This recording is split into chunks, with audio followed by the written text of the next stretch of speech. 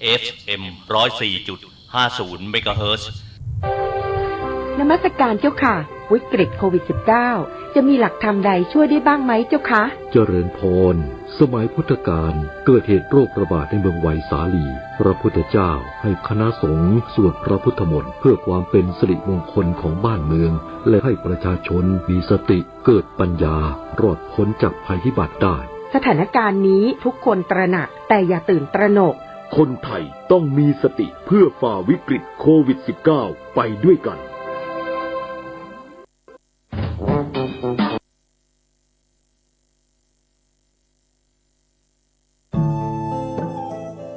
ท่านกำลังติดตามรับฟังสถานีวิทยุกระจายเสียงพระพุทธศาสนาแห่งชาติและสังคมคลื่นเพื่อการศึกษาพระพุทธศาสนาและวัฒนธรรมระบบ FM 104.5 เมกะเฮิรตซ์รายการต่อไปเป็นรายการพลังแห่งชีวิตดำเนินรายการโดยสุนัย เหล่าหาวิวัฒน์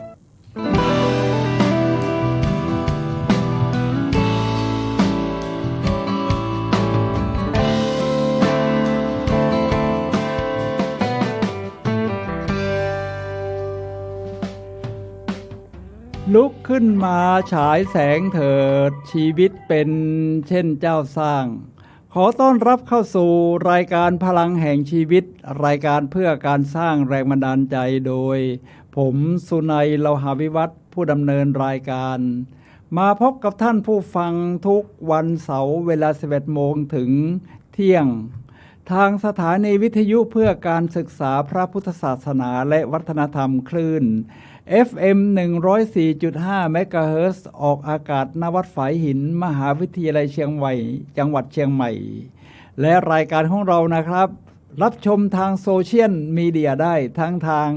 YouTube ใน YouTube กล้องขวา Facebook กล้องซ้าย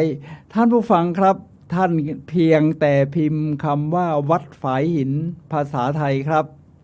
รายการของเราเป็นรายการสดในช่วง15นาทีสุดท้ายก่อนหมดรายการท่านผู้ฟังสามารถโทรศัพท์เข้ามาซักถามได้ครับที่หมายเลข085-708-8122สำหรับวันนี้รายการพลังแห่งชีวิตนำเสนอท่านผู้ฟังในเรื่อง3เหตุผลน่าฟังที่คุณควรยิ้ม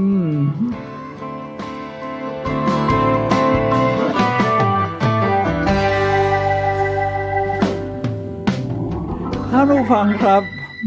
เราอยู่ในยุคโควิดเฟสที่3แล้วนะครับแล้วทำไมดีเจอาจารย์สุนัยมาชวนยิ้มท่านผู้ฟังครับมันมีเหตุผลอยู่นะครับไม่ว่าเราจะอยู่ในภาวะวิกฤตเช่นไรยิ่งอยู่ในภาวะวิกฤตนี้นะครับเวลาเรายิ้มนี่มันทำให้มีพลังใจคึกคักขึ้นนะครับท่านผู้ฟังครับแล้วโดยเฉพาะถ้าเกิดในยุคนู้นนะตอนผมเด็กๆผมได้ยินคุณหญิงละเอียดภรรยาศรีภรรยาของจอมพลป.พิบูลสงครามนายกรัฐมนตรีในสมัยนู้นเนี่ยพ่อแม่เขาเล่าให้ฟังบอกว่ายิ้มได้เมื่อภัยมาตอนนี้ของเราภัยโควิดสมัยนู้นนะภัยจากสงครามโลกครั้งที่2ในยุคจอมพลป.ท่านผู้ฟังครับการดำเนินเรื่องในวันนี้ในเรื่องของ3เหตุผลที่คุณควรยิ้มคือทั้งท่านผู้ฟังและผมหน่วยนะควรจะยิ้มเราจะเรียงลำดับจาก3เหตุผลก่อนว่ามันดียังไงมันเป็นอย่างไรเราถึงจะยิ้มแล้วก็ทำให้เกิดความสดใสพลังใจภูมิต้านทานขึ้นไหมฮอร์โมนต่างๆออกมาอย่างไรจากนั้นก็จะแนะนำเทคนิคนะครับในการที่จะทำให้เรายิ้มได้ง่ายจากกูรูทั้งหลายที่ผมรวบรวมมาสักครู่เดียวครับ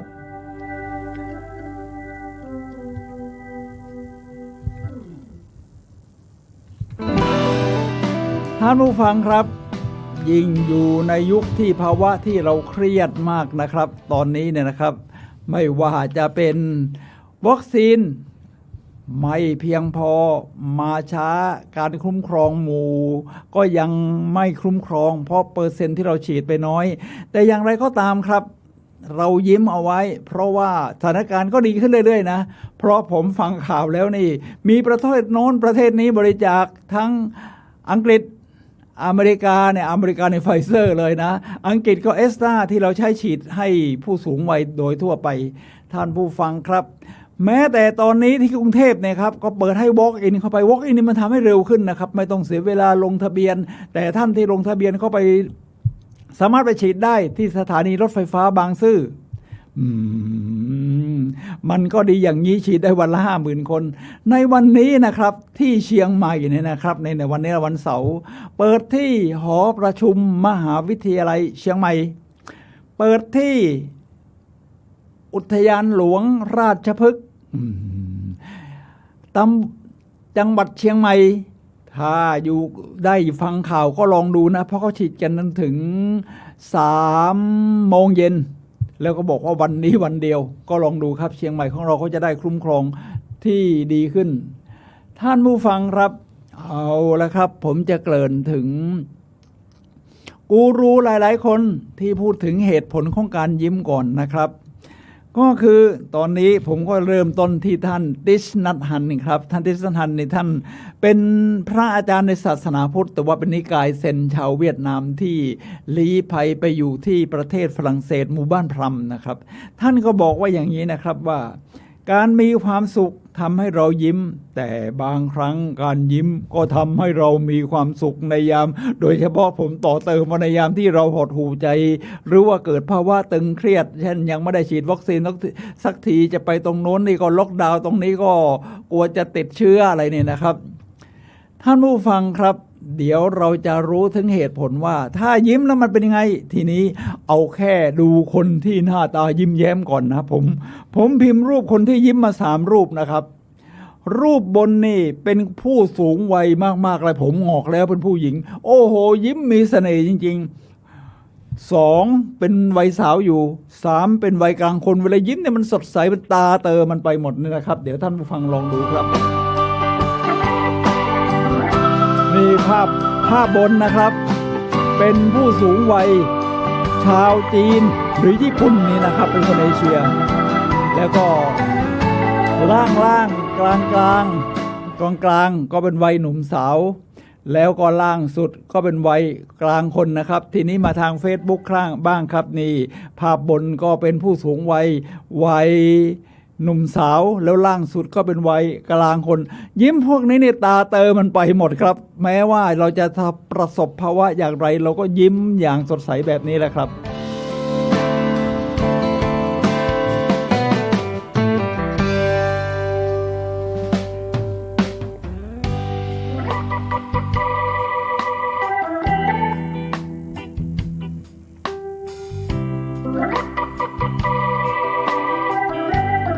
วันนี้แฟนคลับบอกว่าเสียงภาพสดใสมากสักครู่นี้ผมเปิดดูในไลน์นะครับเพราะว่าผมก็แชร์ประชาสัมพันธ์ไปในไลน์ในหลายๆกลุ่มท่านผู้ฟังครับเอาเรามาเริ่มตรงนี้นะครับเรามาเริ่มกันที่3 เหตุผลเข้าเรื่องเลยครับที่คุณหรือผมควรยิ้มเป็น3 เหตุผลที่น่าฟังนะครับเอาละครับเราจะเริ่มตรงนี้ผมต้องให้เครดิตลำปางโกห่านนะครับซึ่งท่านแชร์ใน Facebook ผมอ่านแล้วรู้สึกประทับใจมากโอ้ท่านคิดออกมาอย่างนี้ได้เนี่ยมันต้องแชร์ในภาวะอย่างนี้นะครับเริ่มต้นว่าท่านเกริ่นไว้อย่างนี้นะครับว่าความเครียดในปัจจุบัน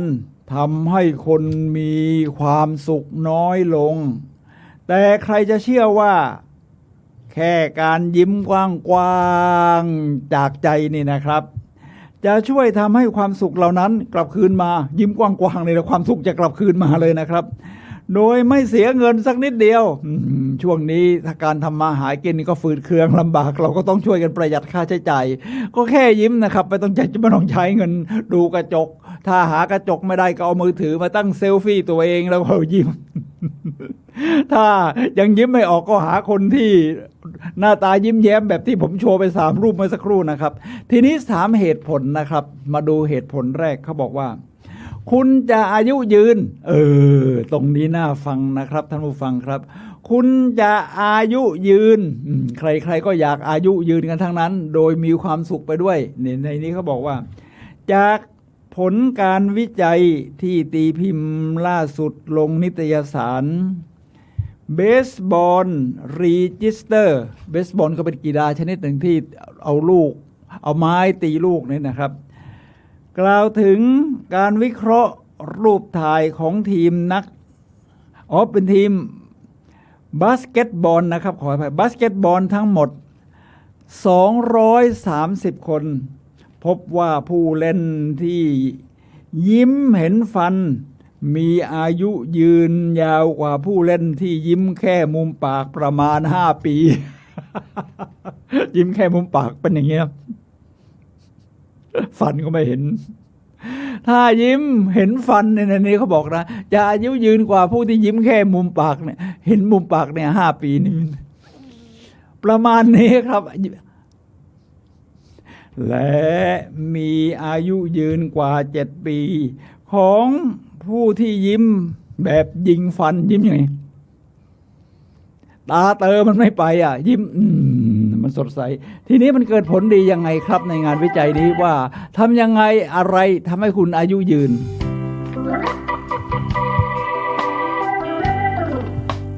สาเหตุเพราะรอยยิ้มเผยให้เห็นถึงทัศนคติด้านในนะครับทัศนคติก็คือออกมาจากด้านในของเราเนี่ยนะครับคือมุมมองที่เรามองต่อโลกนะคือเหตุการณ์เดียวกันนี่แต่ละคนนี่เห็นไม่เหมือนกันนะเพราะมันขึ้นอยู่กับข้างในเรียกว่าภายในกำหนดภายนอกภายในกำหนดภายนอกและระดับอารมณ์ขันซึ่งทั้งสองสิ่งนี้ล้วนเชื่อมโยงกับการดำเนินชีวิตระดับอารมณ์ขันนี่คือผมเป็นคนเส้นตื้นนะผมฟังอะไรที่มันตลกนิดเดียวเนี่ยผมก็ นอกจากยิ้มแล้วยังหัวเราะ ประมาณนี้นะครับสาเหตุของรอยยิ้มเผยเห็นถึงทัศนคติด้านในแล้วระดับของอารมณ์ขันบางทีเรายิ้มไม่ออกเราก็ต้องฝึกนะมองดูหน้ากระจกแล้วก็มองดูแววตาโอ้โหมหาวีรบุรุษมหาวีรสตรีที่ไหนแล้วมายืนต่อหน้าเราแล้วก็ยิ้มให้บักกับว่ามหาวีรบุรุษมหาวีรสตรีแล้วเวลาถ้าใจหัวเราะด้วยเนี่ยครับต้องออกเสียงเบาๆก่อน ค่อยๆดังขึ้นประมาณนี้ครับทีนี้เดี๋ยวเราจะเข้าสู่ข้อที่2ครับนี่ข้อที่2ก็มาในแง่ของธุรกิจนิดหน่อยว่ารอย3เหตุผลที่เราควรจะยิ้มนะครับถึงตอนนี้ธุรกิจจะดูว่าเหมือนกับซบเซาแต่บางอย่างมันก็ดำเนินไปได้นะเช่นธุรกิจแก๊ปนี่นะครับก็วิ่งกันว่อนส่งอาหารส่งอะไรรวมทั้งผมก็ดูเข้าการขึ้นก่อสร้างร้านอาหารเตรียมสำหรับนี่ของไทยก็เริ่มฉีดโควิดวัคซีนป้องกันโควิดกันมากขึ้นเนี่ยมันก็น่าจะดีขึ้นแล้วล่ะทีนี้ถ้าอย่างนั้นคุณก็จะทำให้คุณมีอำนาจในการต่อรองนี่เป็นข้อที่2นะ negotiation อำนาจในการต่อรองก็คือเวลาเราดำเนินการทางธุรกิจนี่นะครับท่านผู้ฟังครับเวลาเราดำเนินการทางธุรกิจไม่ว่าจะติดต่อซื้อติดต่อขายให้ได้ของมีคุณภาพราคาที่เหมาะสมกันทั้ง2 ฝ่ายและแม้กระทั่งความสัมพันธ์ที่ไม่เกี่ยวกับธุรกิจนะเช่นในครอบครัวมิตรญาติมิตรสหายสมาคมต่างๆมันจำเป็นอย่างนี้ครับในนี้บอกว่านักเศรษฐศาสตร์ถือว่ารอยยิ้มคืออำนาจต่อรองผมนี่เรียนเศรษฐศาสตร์มานะครับทั้งปริญญาตรีที่มหาวิทยาลัยเกษตรศาสตร์ทั้งปริญญาโทที่มหาวิทยาลัยเชียงใหม่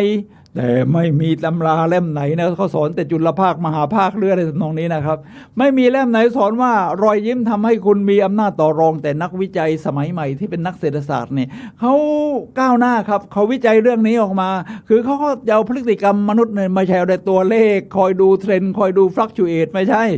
เขาก็จะดูพฤติกรรมมนุษย์นะแค่รอยยิ้มเนี่ยนะครับถ้าจะทำให้คุณมีอำนาจต่อรองยังไงบ้างครับในนี้บอกว่า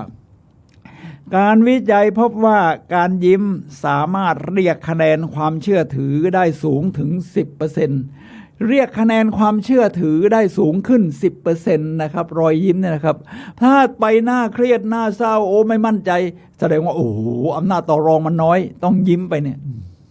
ยิ้มประมาณนี้แม้กระทั่งการซื้อขายที่เราอ่านพบบ่อยๆเนี่ยนะครับไปขายไปดิว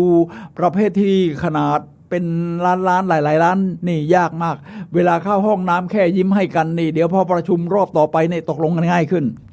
ในนี้บอกว่าซึ่งการยิ้มสามารถเรียกคะแนนความเชื่อถือได้ถึงสูงถึง 10% ซึ่งก็มากพอที่จะโน้มน้าวใจให้ผู้อื่นทำตามคำสั่งด้วยความเต็มใจนั้นเวลาจะ ขอร้องใครหรือจะเรียกว่าสั่งก็ได้เนี่ยนะครับยิ้มก่อนครับยิ้มก่อนครับมันมาจากข้างในเราเนี่ยนะยิ้มก่อนและเพราะรอยยิ้มแสดงถึงความอ่อนโยนไม่ใช่แข็งกร้าวจะไปควบคุมเขาในนี้ยังบอกอีกว่าที่ทำให้ฝ่ายตรงข้ามยอมโอนอ่อนผ่อนตามได้แต่แม้แต่ในเชิงการเมืองนะครับยิ้มคือการแสดงออกถึงความเป็นผู้นำที่ยอดเยี่ยมนี่จะยิ้มนะครับบารักโอบามาเชงก็ยิ้มโดยเฉพาะบิลคินตันนี่ซึ่งผมชอบมากเลยอดีตประธานาธิบดีของสหรัฐทั้งคู่ยิ้มครับบิลคินตันนี่ก็ยิ้มยอดเยี่ยมครับ2 สมัยเห็นไหมส่วนคนสุดท้ายที่เพิ่งพ้นตำแหน่งไปแกก็ยิ้มไม่ค่อยออกเคยเลยเป็นแค่4 ปีปกติที่สหรัฐเนี่ยเขาก็เป็นกัน2 รอบละ4 ปี4 ปี8 ปีเพราะคนสุดท้ายยิ้มไม่ค่อยออกและนักการเมืองที่แสดงออกถึงความเป็นผู้นำด้วยการยิ้มก็คือเนลสันแมนเดลาครับเนลสันแมนเดลาถึงแม้จะผิวดำอายุมากแล้วนะเวลาท่านยิ้มเนี่ยนะครับประมาณนี้ครับแล้วรวมทั้งผมยกตัวอย่างไปแล้วก็คือบารักโอบามาเนี่ยนะครับที่สามารถนำความหวังและปรองดองมาสู่ประชาชนได้เพราะโดยเฉพาะในยุคของเนลสันเมเดลาตอนนั้นมีที่แอฟริกาใต้มีการปกครองโดยชาวผิวขาวแล้วก็แบ่งแยกผิวสีนะครับพวกผิวสีที่ถูกกดขี่อย่างมากเลยหมดสิทธิ์โน่นหมดสิทธิ์นี่นั่งรถเมล์ตรงนั้นไม่ได้เข้าห้องน้ำตรงนี้ไม่ได้แล้วตรงนี้ต่อสู้มาจนได้อิสรภาพและได้เป็นประธานาธิบดีนี่แหละครับนำความปรองแต่ท่านก็ไม่อาฆาตแค้นชาวผิวขาวนะท่านก็ไม่ได้ออกกฎหมายกดขี่ผิวสีฝ่ายโน้นแต่อย่างใดเพื่อสร้างรอยยิ้มให้เกิดความปรองดองนี่แหละครับเรียกว่าข้อที่2คุณมีรอยยิ้มทำให้คุณมีอำนาจต่อรอง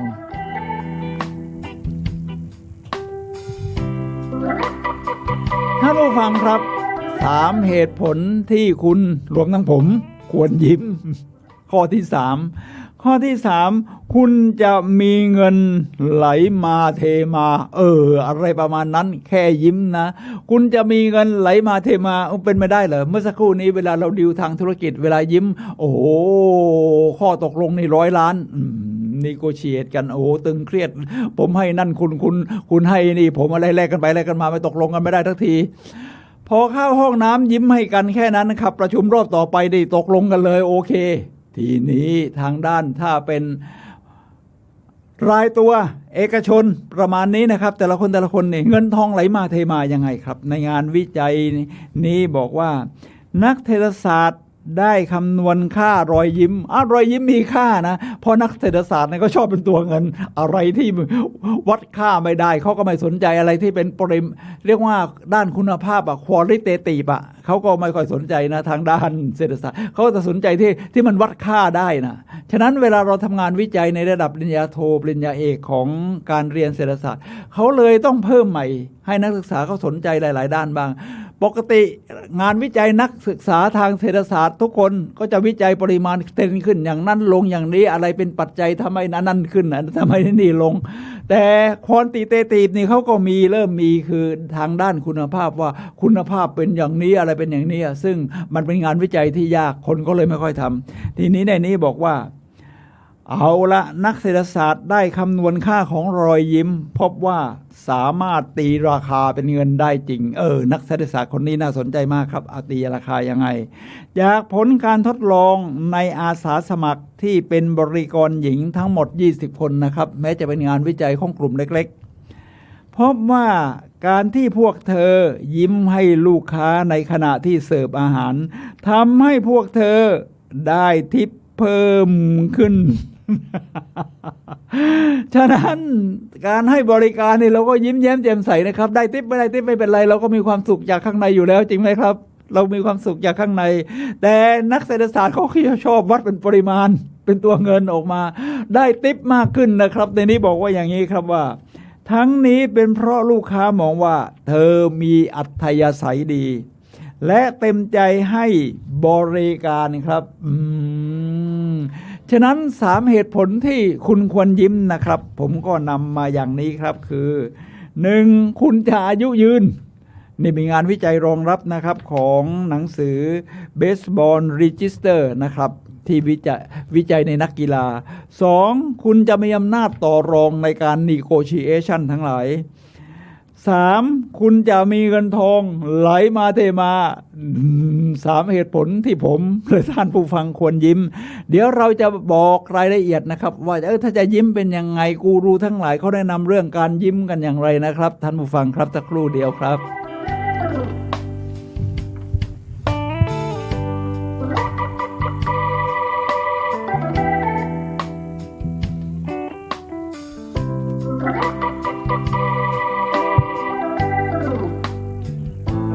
ท่านผู้ฟังครับทีนี้ที่ว่าเช่นทำให้อายุยืนสุขภาพดีนะครับยิ่งตอนนี้นี่ยิ่งสำคัญมากเลยเราอยู่ในภาวะที่ตึงเครียดถ้าตึงเครียดนี่นะครับฮอร์โมนคอร์ติซอลหลั่งนี่นะมันจะยิ่งทำให้ร่างกายเราอักเสบเวลาติดเชื้อไวรัสเข้าไปนี่มันจะขยายตัวอะไรได้ง่ายต่อสู้กับเชื้อไวรัสได้ยากแต่ถ้าเรายิ้มเนี่ยครับมันทำให้เกิดฮอร์โมนดีขึ้นมาเดี๋ยวจะดูว่ามันมีฮอร์โมนตัวไหนบ้างพอฮอร์โมนในร่างกายเราเนี่ยนะครับสามารถที่จะสร้างภูมิคุ้มกันให้กับตัวเองได้ในนี้บอกว่าการยิ้มนะครับจะไปกระตุ้นเซลล์สมองกระจกเงาในสมองนี่เราก็มีเซลล์หลายประเภทชนิดนะครับมีเซลล์ต่างๆเป็นเซลล์สมองเนี่ยนะครับมันมีเซลล์สมองชนิดหนึ่งเรียกว่าเซลล์สมองกระจกเงาคือเราเห็นอะไรแล้วมันก็สะท้อนมาที่เซลล์นี้เราก็มีภาพสะท้อนเช่นแค่ดูกระจกแล้วก็ยิ้มให้กับตัวเองมันเหมือนกระจกเงาฉันสดชื่นฉันมีความสุขฉันยอดเยี่ยมอะไรประมาณนั้นแล้วก็นอกจากนี้การยิ้มติดต่อกันได้จริงนะครับท่านผู้ฟังครับมันสามารถติดต่อจากเราไปหาคนอื่นยิ่งเรากำลังหน้าตาเฉยๆอาจจะเครียดอยู่ด้วยเนี่ยพอเห็นคนอื่นยิ้มมันติดต่อมาถึงเรานะหน้าตามันดีขึ้นเอาละครับท่านผู้ฟังครับการยิ้มติดต่อกันได้จริงเวลาเรายิ้มเหมือนมีงานปาร์ตี้ในสมองนะครับมันคึกคักมันจะไปกระตุ้นนิวโรเพปไทด์ซึ่งช่วยลดความเครียดลดคอร์ติซอลนะครับและส่งสัญญาณแห่งความสุขไปทั่วร่างกายซึ่งจะหลั่งฮอร์โมนออกมาถึง3ชนิดฮอร์โมน3ชนิดนี้นะครับมีประโยชน์กับร่างกายโดยเฉพาะในภาวะที่เราต้องต่อสู้กับเชื้อโรคอะไรต่างๆการสร้างภูมิต้านทานมีภูมิต้านทานภายในตัวเองเป็นสิ่งที่จำเป็นเราบางคนอาจจะฉีดวัคซีนแล้วเพิ่งเข็มเดียวอย่างผมเอสตราหนึ่งเข็มไปแล้วจะฉีดเข็มที่2ก็วันที่31 สิงหาคมบางท่านก็กำลังรอฉีดอยู่ก็ดีจะดีขึ้นเรื่อยๆนะครับท่านผู้ฟังครับยิ้มไว้ก่อนทีนี้ในช่วงนี้ถึงเราจะฉีดไปแล้วกาดก็อย่าตกถ้ายังไม่ได้ฉีดก็ย่อมยิ่งกระตุ้นภายในร่างกายทานอาหารที่มีคุณภาพอะไรนี่นะครับซึ่งวันนี้เราจะข้ามเรื่องอาหารไว้ก่อนเช่นวิตามินดีไปตากแดดใช่บ้างแต่เราจะคุยเรื่องการยิ้มเนี่ยมันช่วยเราได้อย่างไรการยิ้มทำให้สมองเนี่ยหลั่งฮอร์โมนแห่งความสุขและทำให้เกิดภูมิต้านทานเพิ่มขึ้นมาได้แก่ฮอร์โมนโดพามีนนะครับการยิ้มฮอร์โมนโดพามีนเหมือนกับเราได้เรียนรู้สิ่งใหม่ๆค้นพบสิ่งใหม่ๆสิ่งเราปกติหน้าตายิ้มไม่เคยออกไปในเสือหน้าตายพอเห็นคนยิ้มมันแปลกใหม่มันตื่นหน้าตื่นเต้นยิ้มวันนี้ยิ้มใส่กระจกแล้วก็ฮอร์โมนชนิดที่2นอกจากโดพามีนชนิดที่2ก็คือเซโรโทนินทำให้เราสดชื่น กลางวันเซโรโทนินต้องหลั่งกลางคืนเมลานินหลั่งจะได้นอนหลับสบายฉะนั้นตอนเช้าออกไปเดินพึ่งแดดบ้างแล้วก็ยิ้มใส่แสงแดดอะไรนะเดินผ่านผู้คนก็ยิ้มเซโรโทนินหลั่งมันสดชื่นครับมันตื่นตัวมันไม่ง่วงเหงานอนร่างกายกระฉับกระเฉงได้เคลื่อนไหวและฮอร์โมนอย่างที่3คือเอนโดฟินโอ้เอนโดฟินนี่มันสุดยอดนะทำให้เรามีความสุขซ่าไปทั่วร่างกายนะครับมันมีฤทธิ์แรงมากนะครับเทียบเท่ากับเรียกว่ามอร์ฟีนหรือเฮโรอีนมากกว่า10 เท่าไม่ต้องไปฉีดให้ใครเข้าของข้างนอกเข้ามาเป็นอันตรายกับร่างกายสุขภาพใจสุขภาพกายสุขภาพจิตแน่นอนสร้างขึ้นมาเองได้ครับสมองมันสร้างได้เอนโดฟินเนี่ยนะครับปกติมันจะออกมา2 ทางคือ1การนั่งสมาธิถ้าให้ดี10 นาที20 นาที30 นาทีวิปัสสนายิ่งดีกายเวทนาจิตธรรมจิตพอจิตอยู่นิ่งคอยสังเกตความรู้สึกความคิดของเราได้มันก็จะนิ่งสงบถ้าให้ได้30 นาทีเอนโดฟินหลั่งเราจะรู้สึกซ่าคนที่นั่งสมาธิจะรู้สึกซ่าหน้าตาอิ่มเอิบผ่องใสขาวผ่องประมาณนี้ครับท่านผู้ฟังครับอีกวิธีหนึ่งเอนโดฟินจะหลั่งก็คือออกกำลังกายให้มันหอบชนิดว่าร้องเพลงไม่ได้อะสัก30 นาทีเอนโดฟินจะหลั่งครับเอนโดฟินจะหลั่งเรารู้สึกว่าถึงตอนนี้จะปวดเมื่อยแต่มันก็ไม่รู้สึกเจ็บปวดเพราะเอนโดฟินมันซ่าไปทั่วร่างกายฉะนั้นนักวิ่งนักกีฬาทั้งหลายพอถึงเวลาอยากจะไปออกกำลังกายแล้วเพราะว่าติดเอนโดฟินแค่ขึ้นนึกอยากจะออกร่างกายในเอนโดฟินก็ทำท่าจะหลั่งแล้วแต่ที่มันง่ายกว่านั้นเลยนะครับท่านผู้ฟังครับคือการยิ้มครับงานวิจัยบอกแล้วนะว่าการยิ้มทำให้เอนโดฟินนี่หลั่งเราจะซ่ามีความสุขนะครับตอนนี้หยุดสักครึ่งวินาทีทัก2 วินาทีลองยิ้มกันดูประมาณนี้ครับลองยิ้มกันดูนะครับท่านผู้ฟังครับฉะนั้นการยิ้มจะหลั่งสารความสุขและเป็นฮอร์โมนที่เรียกว่าทำให้ภูมิต้านทานของเราแข็งแรงดีขึ้นก็คือโดพามีนเซโรโทนินและก็เอนโดฟินฮอร์โมนพวกนี้จะสูงขึ้นเมื่อเรายิ้มครับ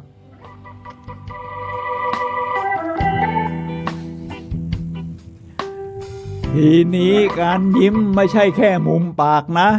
การยิ้มคืออะไรคือการเดินมุมปากไปใกล้ใบหูแต่ตามันไม่ไปมันข้างในมันไม่ออกมันออกแต่แค่มุมปากไม่ได้ผลครับเหมือนที่งานวิจัยนักเบสบอลยิ้มแค่มุมปากเนี่ยถ้ายิ้มเต็มที่เนี่ยอายุจะยืนกว่ายิ้มแค่มุมปาก5 ปีทีนี้สายตาเป็นสิ่งสำคัญครับมันออกมาข้างในเป็นอย่างไรคราวนี้ผมมีหนังสือมาอ้างอิงด้วยครับซึ่งก็คือหนังสือนี้ชื่อว่า The Happiness Hack หรือสมองคิดบวกชีวิตก็พร้อมบวกเขียนโดยอเลนเพทรีลีนเซ่สมองคิดบวกชีวิตก็พร้อมบวกแปลเป็นไทยแล้วนะครับนี่คือหน้าตาของหนังสือซึ่งผมก็ไปซื้อมาอ่านเรียบร้อยแล้วครับนี่หน้าตาของหนังสือเมื่อชีวิตคิดบวกนี่นะครับในนี้ก็บอกว่าสมองคิดบวกชีวิตก็พร้อมบวกสมองคิดบวกในสมองคิดบวกในเล่มนี้ครับเล่มนี้สมองคิดบวกชีวิตก็พร้อมบวกทีนี้ผมจับประเด็นตรงในนี้เพราะมันต้องคิดบวก positive thinking อยู่แล้วในเรื่องของการยิ้มในเรื่องของการใช้สายตาหน้าตาเนี่ยนะครับในหนังสือบอกว่าการสบตาอย่างเป็นมิตรให้ผลดียิ่งกว่านั้นอีกแค่นอกจากแค่ยิ้มนะคือสบตาเนี่ยนะครับ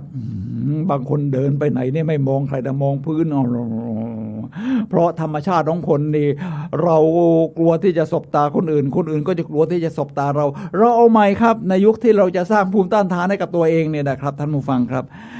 หัดสบตาถึงตอนนี้เราปิดแมสไม่เห็นปากไม่เห็นมุมปากว่ามันขยับเนี่ยนะครับท่านผู้ฟังครับไม่เห็นฟันแต่เราใช้สายตายิ้มได้นะครับเวลาใส่แมสนี่ก็ยังยิ้มได้อยู่นี่ผมก็มีแมสมาหลายอันเลยนะพกเอาไว้นะครับก็ใส่แมสแล้วก็ยิ้มมันปิดปากเราประมาณนี้แต่ตามันไปฉ ฉะนั้นเวลาเราเดินสวนกับใครไปห้างสรรพสินค้า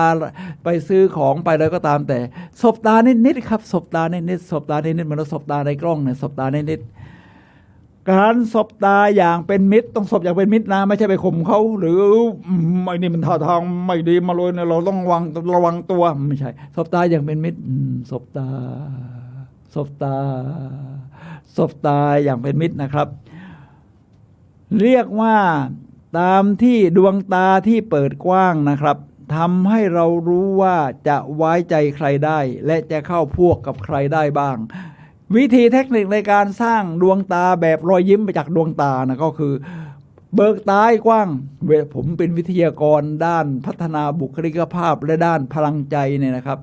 เวลาจะฝึกให้ดวงตามันมีประกายมีแววผมก็จะใช้เทคนิคของดาราภาพยนตร์ครับเราเห็นดาราภาพยนตร์พระเอกนางเอกตัวประกอบอะไรทั้งหลายทำไมมันมีชีวิตชีวาคึกคักไปหมดบางทีนางเอกว่าจริงๆเนี่ยก็ไม่สวยนะแต่ดูแล้วมันมีเสน่ห์มันมีเสน่ห์มันดูสดชื่นคึกคักมันทำยังไงครับดวงตาครับท่านผู้ฟังครับดวงตาเนี่ยดวงตาเขาทำยังไงครับเขาต้องเข้าโรงเรียนการแสดงการละครในเมืองไทยก็น่าจะมีนะในอเมริกาได้มีอยู่แล้วโรงเรียนดังมากก็ที่นิวยอร์กเขาก็จะฝึกให้หลับตาผมก็นำมาฝึกเวลาฝึกจัดฝึกอบรมให้กับหน่วยงานต่างๆก็ให้ผู้เข้ารับการอบรมหลับตาก่อนนึกถึงสิ่งดีๆในชีวิตแน่นอนอยู่แล้วชีวิตเราประสบการณ์มีทั้งดีไม่ดีเอาตอนนี้ให้นึกถึงสิ่งดีเฉพาะสิ่งที่ดีโอ้ฉันยอดเยี่ยมฉันไปเจอเพื่อนที่มีมิตรภาพเสร็จแล้ว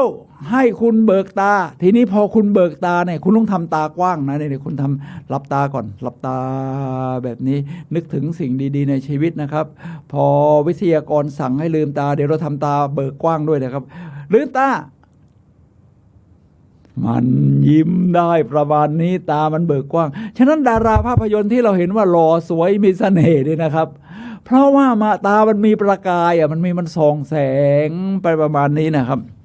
ทีนี้ดวงตาที่เปิดกว้างทำให้เรารู้ว่าจะเข้าพวกกับใครไว้ใจใครได้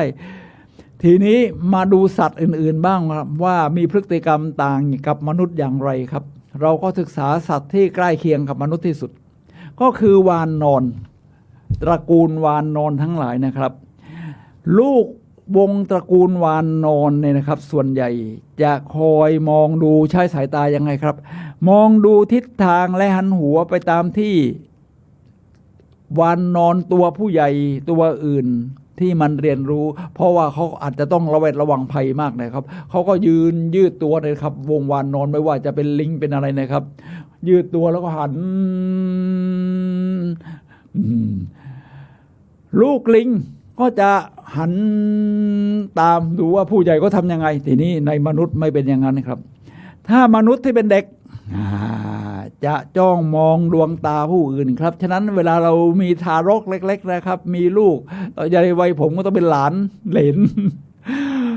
เด็กก็จะชอบมองตาเราครับมองตาเรานะครับและนี่มหาวิทยาลัยเพอร์ดิวเป็นมหาวิทยาลัยชั้นนำเหมือนกันในสหรัฐอเมริกาพบว่าการสบตาแม้สั้นๆระหว่างคนแปลกหน้าจะจุดประกายความรู้สึกเชื่อมโยงนะครับสบตาสั้นๆเนี่ยครับสั้นๆไม่ต้องไปจ้อง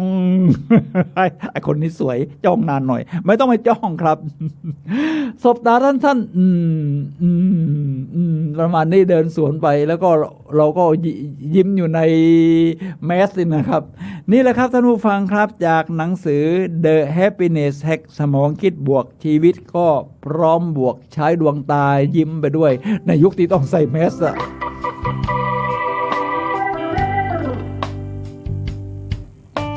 ท่านผู้ฟังครับขณะนี้ท่านกำลังรับฟังรายการพลังแห่งชีวิตรายการเพื่อการสร้างแรงบันดาลใจโดย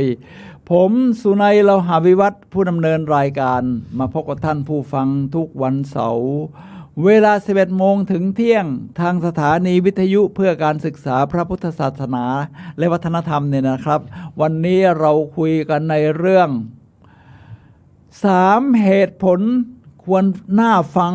ที่คุณรวมทั้งผมด้วยควรยิ้มครับเอาละครับเราจะมี6เทคนิค 6 เทคนิคชวนยิ้ม6 วิธียกระดับความสุขว่างั้นดัง ความสุขนี่มันยกระดับได้นะครับมันมาจากข้างในเรานะไม่ต้องซื้อไม่ต้องหาไม่ต้องเสียเงินในยุคนี้6 วิธีมีอะไรครับ 1. สำนึกว่าความสุขคือสภาวะจิตใจนะครับไม่ใช่เกิดจากสิ่งแวดล้อมข้างนอกเพราะคุณจะคอยให้สิ่งแวดล้อมข้างนอกพร้อมดียอดเยี่ยมแล้วคุณถึงจะยิ้มรอให้ฉีดโควิดไปได้ 70% แล้วเกิดการคุ้มครองหมู่คุณถึงจะยิ้มออกไม่ใช่ครับไม่ต้องมันเป็นภาวะของจิตใจภาวะของจิตใจเราก็ยิ้มออกมาในภาวะอย่างนี้อย่างน้อยก็ประคองตัวให้เกิดภูมิต้านทานที่ดีขึ้นจนในถึงยุคที่ฉีดในเมืองไทยฉีดแล้วเกิดการคุ้มครองหมู่สัก 60-70% ประมาณนี้นะครับข้อที่ 2โฟกัสแต่เรื่องดีๆชีวิตเรานี่มีผ่านประสบการณ์ต่างๆมามากมายครับไม่ว่าทั้งดีทั้งไม่ดีเราก็โฟกัสแต่เรื่องดีๆนะครับแล้วก็พูดถึงแต่เรื่องดีๆสิเรื่องดีๆส่วนมันจะดึงดูดเกิดกฎในการดึงดูดThe Law of Attractionน่ะแล้วก็ป้อนคำถามที่ถูกต้องให้กับตัวเองฉันเดินทางมาถึงจุดนี้ได้อย่างไรเนี่ยมันยอดเยี่ยมจริงๆนะอย่างผมเนี่ยเอาอย่างนี้ดีกว่าผมเที่ยวมารอบโลกแล้วเนี่ยนะครับ64 ประเทศไม่ธรรมดาเรียกว่ารอบโลกนี่ก็หลายรอบนะแล้วตอนนั้นเกิดมารวยมากเลยไงสะสมเงินทองมาเยอะเงินเดือนมันต้องมหาศาลถึงจะมีเที่ยวแบบนี้ได้ไม่ใช่ครับท่านผู้ฟังครับครอบครัวเหรอสมัยก่อนบ้านผมเป็นเรือแพค้าขายริมน้ำที่ปากพนังจังหวัดนครศรีธรรมราชค่อยๆพัฒนาขึ้นจนทำเป็นเรือเดินทะเลนะครับเรือเดินทะเลวิ่งขนของระหว่างปากพนังกับกรุงเทพมันก็พัฒนาเวลาเรียนหนังสือเงินเดือนสมัยก่อนไม่ต้องเท่าไหร่แล้วไม่กี่พันแต่มันถ้าเราวางแผนในใจนะว่าฉันจะเดินทางให้รอบโลกเลยล่ะผมก็เลยตั้งเป้าหมายแล้วก็คุยกับภรรยาคุณสิรินันท์นะครับว่าเราจะวางแผนเที่ยวรอบโลกภรรยาก็ตกใจเหมือนกันวางแผนยังไงไหนมีแผนการยังไงบอกอย่างนี้เงินเดือนเราแค่นี้เราเก็บสะสมแค่นี้ยังไงก็ตามเราอาชีพของเราเนี่ยมันก็ก้าวหน้าขึ้นเรื่อยๆเงินเดือนก็ปรับสูงขึ้นเรื่อยๆเราก็สะสมถึงจุดนี้นะครับพออายุเท่านี้เนี่ยเงินสะสมเราก็เที่ยวประเทศใกล้ๆก่อนจากนั้นนี่เราก็จะขยายตัวไปเราก็ต้องในช่วงที่ระหว่างทำงานเราก็มีโบนัสมีอะไรก็ทำมาค้าขายอย่างอื่นไปด้วยที่เช่นตอนนั้นเราก็ซื้อที่ดินมาเก็บไว้5 ปี10 ปี20 ปีค่อยๆขายมันก็เป็นการเรียกว่าเก็บเงินที่ดีทีนี้พอถึงจุดนั้นมันก็เที่ยวได้รอบโลก64 ประเทศนะครับท่านผู้ฟังครับถึงตอนนี้ผมอายุมากแล้วก็ยุคโควิดมันไปไหนไม่ได้ ไปไหนไม่ได้ก็ระลึกถึงสิ่งดีๆระลึกถึงดีๆเราไปเที่ยวประเทศนู้นมาแล้วไปเที่ยวประเทศนี้มาแล้วนี่ผมเพิ่งไปมานี่กำลังที่ทำจบไปแล้วนี่นะครับไปเที่ยวอิตาลีมาทำคลิปวิดีโอลง YouTube เอาไว้ดูเองถ้าใครอยากดูก็เข้าไปดูได้ก็เรียกว่าแชร์กัน9 คลิปตอนนี้กำลังจะทำเมืองอินสบรูกเมืองในหุบเขาแอลของยุโรปนะครับของประเทศออสเตรียนี่นึกถึงสิ่งดีๆนี่ก็คือข้อที่ 2โฟกัสแต่เรื่องดีๆแล้วทีนี้การตั้งคำถามฉันมาถึงจุดนี้ได้อย่างไรเพราะฉันวางแผนดีรู้จักมัธยัสถ์เก็บสะสมทำความเข้าใจกับคนในครอบครัวก็ทำให้เดินทางได้ครับตั้งคำถามที่ดีทีนี้มาถึงข้อที่ 3เปลี่ยนกฎของตัวเองไอ้ที่บางเคร่งเครียดเกินไปจะต้องเป๊ะเป็นมิสเตอร์เพอร์เฟกต์เนี่ยไม่ต้องครับชีวิตมันพลาดได้มันไม่ถูกต้องได้แต่ว่าเราก็ปรับตัวขึ้นเรื่อยๆว่าชีวิตฉันคือการยืดหยุ่น flexible แล้วก็พัฒนาขึ้นทุกวันแบบไคเซ็นข้อที่ 4ใช้ถ้อยคำที่สื่อถึงความสุขถ้อยคำที่สื่อถึงความสุขนี่มีประโยชน์บ้างครับเช่นเจอกันก็สวัสดีครับหน้าตานี่ยิ้มเป็นพื้นฐานอยู่แล้วนะเพราะวันนี้เราพูดเรื่องยิ้มทางดวงตาไปด้วยแล้วก็พูดคำที่ยอดเยี่ยมเช่นเยี่ยมไปเลยเจ๋งสุดยอดการใช้ภาษานี่มีอิทธิพลมากนะมีอิทธิพลมากเจ๋งสุดยอดเยี่ยมไปเลยเยี่ยมแล้วข้อที่ 5ก็แค่ยิ้ม มาเน้นที่การยิ้มครับสมองจะหลั่งเซโรโทนินและเอนโดรฟินยิ้มให้มากและกว้างขึ้นเยอะๆให้กลายเป็นนิสัยที่ยอดเยี่ยมไปเลยครับท่านผู้ฟังครับ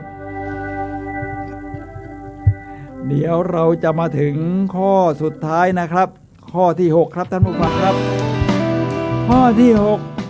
มองที่เจตนาดีๆและตัดสินน้อยลงต่อไปถึงปฏิความสัมพันธ์กับคนอื่นนะส่วนใหญ่เราจะไปตัดสินไอ้นั้นมันไม่น่าจะดีไอ้นี่มันแย่ไอ้นั้นมันไม่เอาไหนทุกคนไม่เอาไหนเลยมันต้องเอาใหม่ว่าที่เขาทำมาอย่างนั้นเนี่ยอาจจะไม่ถูกใจเราแต่ดูเบื้องหลังว่าเขามีเจตนาดีไม่ต้องตัดสินเรียกว่าใช้หลักการของไดอะล็อกนะคือบางอย่างเราก็ต้องแขวนเอาไว้ไม่ต้องลงข้อสรุปนี่คือ6ข้อครับท่านผู้ฟังครับก็คือ6ระดับ6วิธียกระดับความสุขครับ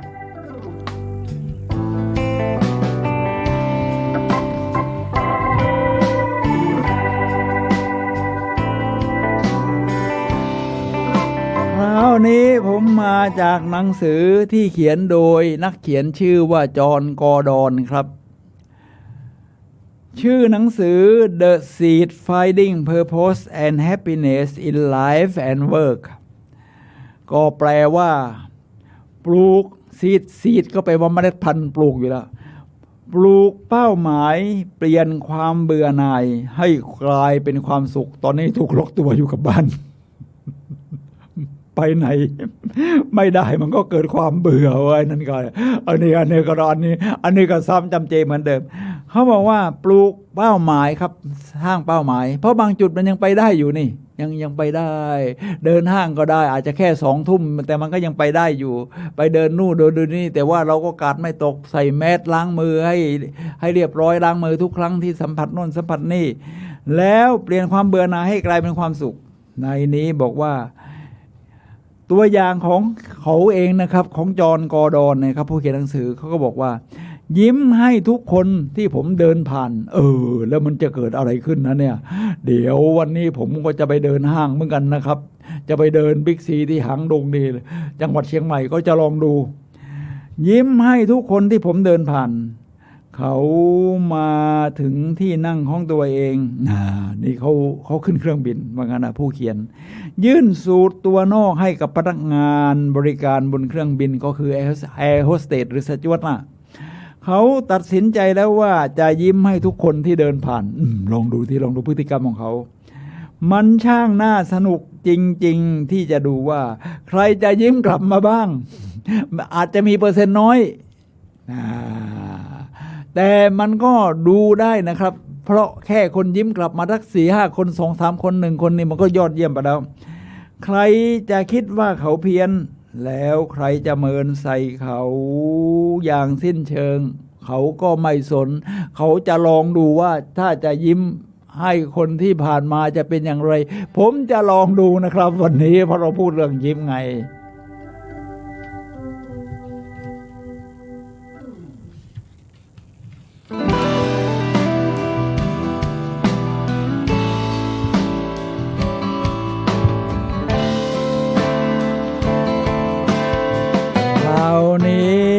มาถึงหนังสือถึงบุคคลที่ผมเอ่ยชื่อไปแล้วเนลสันแมนเดลามีคนเขียนหนังสือที่ชื่อว่าคิดแบบเนลสันแมนเดลาเนลสันแมนเดลาก็อย่างที่บอกคือเป็นอดีตประธานาธิบดีของประเทศแอฟริกาใต้ในยุคที่มีการแบ่งแยกผิวนะครับแล้วก็ปกครองมาเป็นประชาธิปไตยเขียนโดยนักเขียนไทยครับขอให้เครดิตคุณวริศราพานุวัฒน์ครับในนี้บอกไว้ว่ายิ้มเข้าไว้แล้วดีเองก็ลองคิดดูสิครับเนลสันแมนเดลาเนี่ยนะครับตอนที่ต่อสู้เพื่อได้เสรีภาพของคนผิวสีซึ่งเป็นคนพื้นเมืองของประเทศแอฟริกาใต้เนี่ยนะครับติดคุก27 ปีโอ้โหเรียกว่า1 ใน 4ของชีวิตนะครับหรือ1 ใน 3ของชีวิตเลยทีเดียวทำไม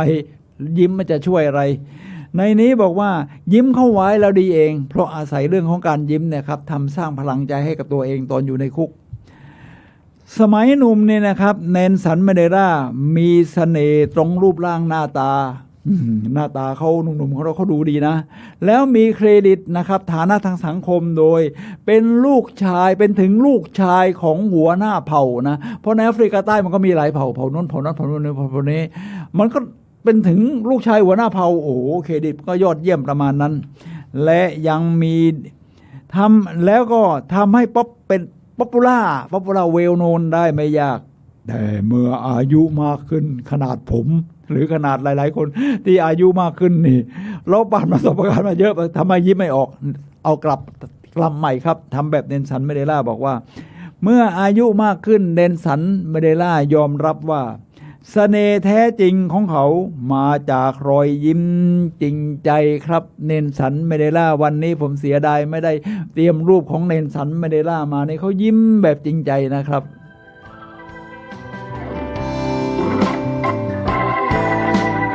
ฉะนั้นนิสัยที่ดีก่อให้เกิดผลลัพธ์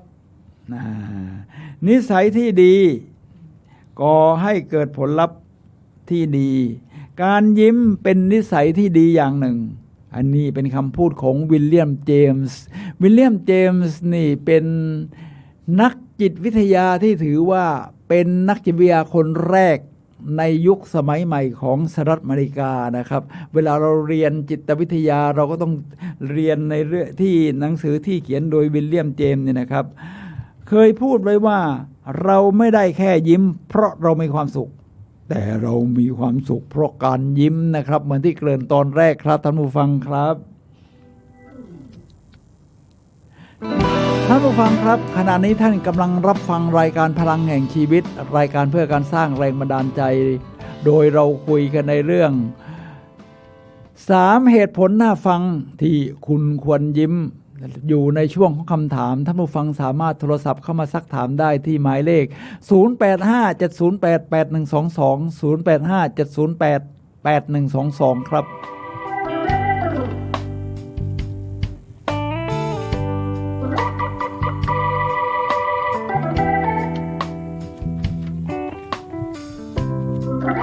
ตอนนี้ผมจะพูดถึงหนังสือเรื่องดังอีกเล่มหนึ่งนะครับหนังสือนี้นี่เขียนโดยคนดังมากหนังสือนี้คือหนังสือ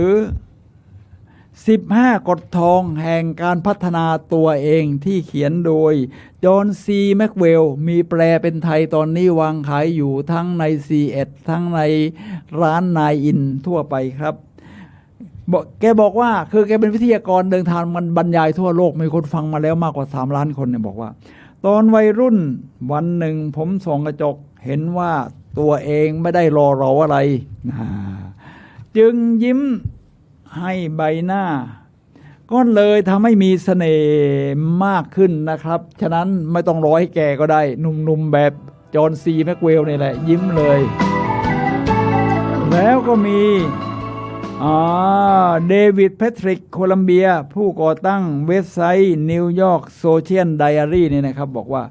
จงตัดสินใจที่จะนับสิ่งต่างๆระหว่างทางที่จะทำให้คุณยิ้มออก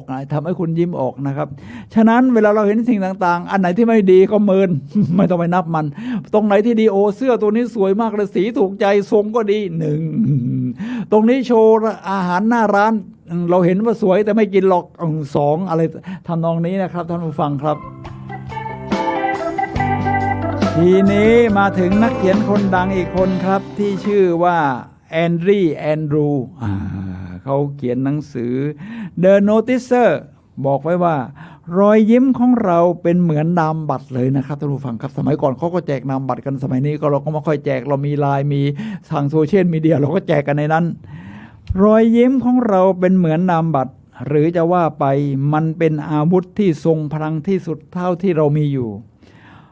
รอยยิ้มของเรามีประสิทธิภาพในการสร้างความสัมพันธ์ทำลายความเฉยชาและสยบอารมณ์รุนแรงได้เราจะใช้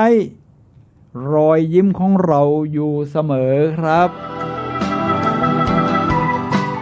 ผมก็ลองยักคิ้วไปดูยิ้มด้วยยักคิ้วด้วยมันจะเป็นยังไงครั้ง อนนี้ผมยังมีหนังสือชื่อดังอีกเรื่องหนึ่งนะครับหนังสือนี้เขียนโดยพอลเมเยอร์ชื่อว่า24 Keys That Bring Complete Success คือ24กุญแจนะครับที่จะนำความสำเร็จแบบสมบูรณ์แบบมาให้นะครับลงใน Fortune Family and Faith นี่หน้าตาหนังสือเตรียมมาด้วยครับ24กุญแจจากรอยยิ้มเนี่ยจากรอยยิ้มลองดูที่เขาพูดถึงรอยยิ้มนี่หน้าตาของหนังสือครับในนี้บอกว่ารอยยิ้มเป็นหนึ่งในสมบัติล้ำค่าที่สุดที่ควรมอบให้แก่ลูกๆหากนับวันที่เราหลงลืมหรือย้อนกลับไปดูชีวิตที่ผ่านมาของตัวเองควรมอบรอยยิ้มเป็นสมบัติเพื่อไม่ให้ลูกๆลืมเวลาที่มีค่าเหล่านั้นนะครับยิ่งตอนนี้เรามีลูกมีเต้าผมมีหลานแล้วถึงอย่างไรหลานทำถูกทำผิดบ้างก็ตักเตือนแก้ไขกันไปแต่ว่ารอยยิ้มอย่าให้ขาดนะครับในที่24กุญแจของหนังสือเล่มนี้ครับถ้าท่านต้องการต่อยอดเนี่ยผมว่าก็ลองหาอ่านดูยังไม่มีแปลเป็นไทยก็เอาภาษาอังกฤษมาลองแปลกันดู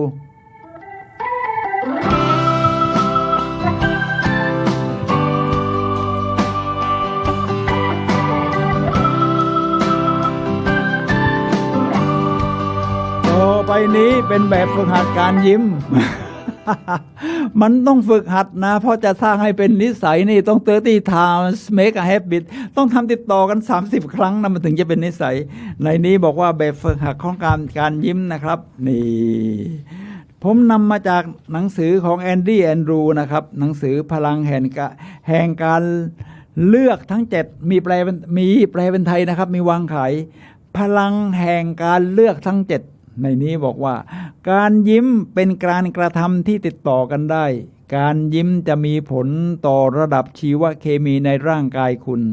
ให้คุณยิ้มเป็นเวลานาน60นาที60นาทีก็นาทีหนึ่งก็นานเหมือนกันนะก็ลองดูเพราะมันเป็นแบบฝึกหัดอะไรยิ้มประมาณนี้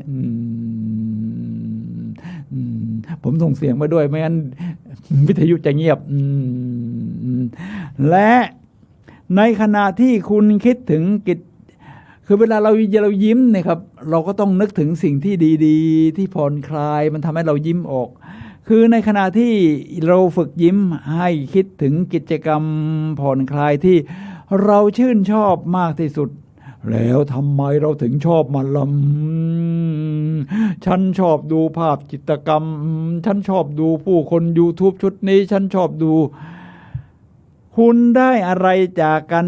ทำกิจกรรมที่คุณชอบนั้นเช่นทำอาหารอย่างตอนนี้ผมหัดทำอาหารทำอะไรไม่ค่อยเป็นหรอกทำสลัดเป็นอย่างเดียวก็หัดทำอาหารทำไมผมถึงชอบมันเพราะต้องการสุขภาพดีให้ร่างกายทั้งตัวรู้สึกถึงการยิ้มในระหว่างทำอาหารนี่ต้องใส่รอยยิ้มไปด้วยนะครับจะเป็นเชฟดังนี่ต้องใส่รอยยิ้มไปรวมไปถึงลมหายใจของคุณด้วยแต่ถ้าคุณนึกไม่ออกว่าอะไรที่ทำให้คุณยิ้มได้บ้างต่อไปนี้เป็นตัวอย่างที่อาจช่วยคุณได้เช่นสัตว์เลี้ยงของคุณลูกหมาลูกแมวลูกเป็ดลูกของคุณเด็กๆน่ารักอยู่แล้วบรรยากาศตอนดวงอาทิตย์ตกการพักผ่อนการหัวเราะ กับเพื่อนสนิทรายการทีวีสมัยนี้ก็คนอาจจะดูทีวีน้อยลง ก็ดู YouTube ที่คุณชื่นชอบและอะไรอื่นๆที่ใช้ได้ผลกับคุณรู้สึกอย่างไรคุณอยากยิ้มนานกว่า30วินาทีก็ทำไปเลยโดยแอนดี้แอนดรูครับยิ้ม30นาที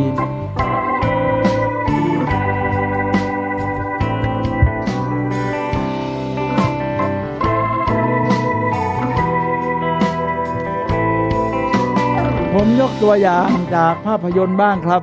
ผมเป็นคนชอบดูหนังภาพยนตร์เรื่องแรกชื่อว่า View from the Top คือเรียกว่าภาพวิวจากจุดบนสุดมันก็ต้องเป็นอาชีพนักบินหรือไม่แอร์โฮสเตสหรือสจ๊วตเนี่ยนะครับแน่นอนอยู่แล้วครับเพราะว่านางเอกของเราเป็นสจ๊วตเป็นแอร์โฮสเตสนี่ View from the top View from the top นางเอกนี่ก็หน้าตาดีผ่านมาหลายสายการบินทั้งโลคอสค่อยๆพัฒนามาเป็นอินเตอร์เนชั่นแนลมากขึ้น ก็แน่นอนครับในวงการต่างๆถ้ามีคนสวยๆมาอยู่ด้วยกันนี่มันก็มีการอิจฉากันบ้างไอ้นั่นทำไมสวยกว่าฉันไอ้นั่นทำไมอะไรทำนองนี้นะครับก็ถูกแกล้งบ้างก็มีกูรูนี่ก็คือครูที่สอนให้กับสจ๊วตให้กับแอร์โฮสเตสเนี่ยนะครับพวกนี้โอ้โหยอดเยี่ยมมากนะทางด้านจิตใจเทคนิคต่างๆก็บอกว่าก็สอนนางเอกเราว่าเรียนรู้ที่จะยิ้มตลอดเวลาแม้ขณะที่เราเป็นทุกข์เป็นทุกข์แล้วจะยิ้มได้ยังไงในหนังเรื่องนี้ก็บอกว่าก็ยิ้มได้ตลอดเวลาที่ถึงเป็นทุกข์เพราะมันอยู่จากข้างในอ่ะและนี่คือคำชี้ชวนของครูฝึกสตรีอาวุโสต่อนางเอกหนังเรื่องนี้นำแสดงโดยกรินเนตเพโทรเพราะว่าตอนนั้นนางเอกกำลังนั่งอมทุกข์อยู่นะครับในชุดแอร์โฮสเตสที่ผิดหวังในการตัดสินใจผิดพลาดเรื่องความรักมันก็มีรักๆนะหนุ่มสาวเนี่ยนะทีนี้มาอีกเรื่องหนึ่งหนังเรื่องนี้คลาสสิกมากนะ ผมดูหลายรอบเลยชื่อว่า Cherry Blossom พระเอกเป็นชาวเยอรมันนางเอกเป็นชาวญี่ปุ่นก็ลองดูที่ว่าอะไรจะเกิดขึ้นCherry Blossom นี่ Cherry Blossom นะครับก็คือเชอร์รี่ก็เป็นต้นไม้ชนิดหนึ่งนะต้นไม้ชนิดหนึ่งก็คือดอกซากุระนั่นแหละ Cherry Blossom แล้วพระเอกเราทำไมมานอนอยู่ตรงนี้ล่ะอย่างนี้ครับท่านผู้ฟังครับคือพระเอกเราไปเที่ยวญี่ปุ่นแล้วก็จีบหญิงสาวชาวญี่ปุ่นคนหนึ่งชอบมากก็พาแต่งตกลงจะแต่งงานกันละแล้วก็มาอยู่ที่เยอรมันแต่ว่าเรียกว่าพระเอกของเราเป็นคนเคร่งเครียดครับแล้วก็เป็นคนคอนเซอร์เวทีฟทำอะไรก็ทำเหมือนเดิมทุกวันภรรยาทำข้าวห่อให้ไปกินอันเที่ยงหิ้วกระเป๋าออกมาพอกลับมาจากที่ทำงานภรรยาก็ถอดสูทให้วางกระเป๋ากินอาหารเย็นนอนชีวิตจำเจอยู่ตรงนี้นะครับแล้วภรรยาเนี่ยเขาเป็นคนชอบเดินทางเขาอยากจะไปเที่ยวโน่นเที่ยวนี่บ้างโดยเฉพาะในเยอรมันหรือในยุโรปหรือในตรงไหนก็ตามแต่เนี่ยนะครับภรรยาชอบเที่ยวชวนสามีไปฉันไม่ก็อย่างนี้ก็ดีอยู่แล้วอย่างนี้เด้อไม่ได้ไปทีนี้มันเกิดอะไรขึ้นครับจนกระทั่งภรรยาเขาเสียชีวิตลงนะครับท่านผู้ฟังครับเขาก็เกิดความผิดว่าโอ้โหภรรยาอยากกลับไปญี่ปุ่นเนี่ยนะครับอยากจะไปดูภูเขาไฟฟูจิยาม่าเขาก็เลยพาเสื้อผ้าภรรยาไปเที่ยวญี่ปุ่นด้วยแล้วก็ได้เจอเด็กผู้หญิงวัยรุ่นไร้บ้านก็เป็นคนสอนให้เขาว่าชีวิตจะมีความสุขได้อย่างไรไม่จะไร้บ้านในนี้บอกว่าสอนไว้เลยนะครับสอนไว้เลยว่าถ้าเรายิ้มอะไรมันจะง่ายขึ้นเป็นคำพูดของนางเอกภาพยนตร์เรื่องนี้ครับที่เป็นชาวญี่ปุ่น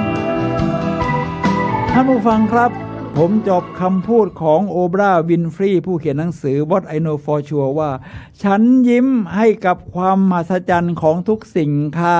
ท่านผู้ฟังครับรายการพลังแห่งชีวิตและสุนัยโลหะวิวัฒน์ขอลาท่านผู้ฟังไปก่อนพบกันใหม่วันเสาร์หน้าเวลา 11 โมงถึงเที่ยงทางคลื่น FM 104.5 เมกะเฮิรตซ์ครับยิ้มไว้ครับ3เหตุผลที่ทั้งผมและท่านผู้ฟังควรยิ้มนะครับ